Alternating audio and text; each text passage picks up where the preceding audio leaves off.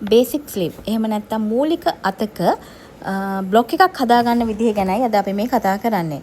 ඒ විදිහට අපි අද මේකේ අරන් තිනවා මිමි කිහිපයක්. අත් දිග 12ක්, අත් වට 10ක් සහ කැප් උස 3.5ක්, අත්පල්ල 13.5ක් විදිහට අපි අරන් තියෙනවා.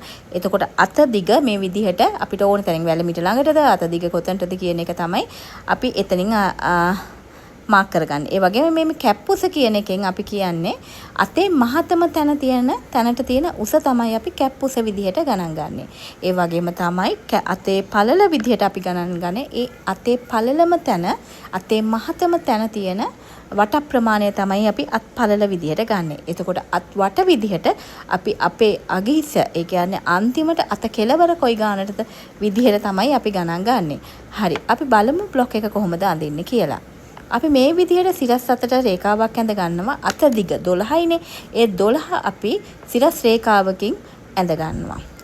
අපි යටම කොටස, ඒ කියන්නේ අත් වට 10ක් හින්දා අපි ඒක දෙකෙන් බෙදලා 5 10ක් විදිහට මෙන්න මෙහෙම ඒ රේඛාව ඉවර කර ගන්නවා.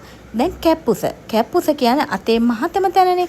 එතෙන්ට තියෙන උස. ඒතකොට අපි පටන් ගත්ත මුල් ලක්ෂ්‍ය ඉඳන් 3.5ක් විදිහට අපි ලකුණු කරලා ඒ අපි තිරස් ලක්ෂයකින් යා කර ගන්නවා. ඊට පස්සේ තියෙන්නේ අපේ අත්පළල 13.5යිනේ. ඒ 13.5 අර රේඛාව දිගේ දෙකට බෙදලා කීයක්ද කියලා බලලා අපි ඒ රේඛාව දිගේ ඒ 13.5 ලකුණු කර ගන්නවා. මෙන්න මේ විදිහට.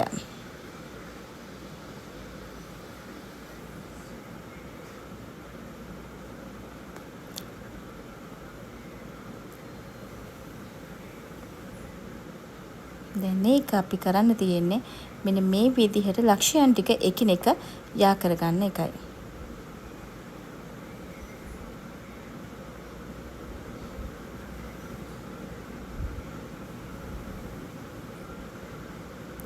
දැන් ඒ යා කරගත්ත ලක්ෂ්‍ය 4ට බෙදලා අපි ඒ ලක්ෂයන් 4 අපි මාක් කරගන්න ඕනේ.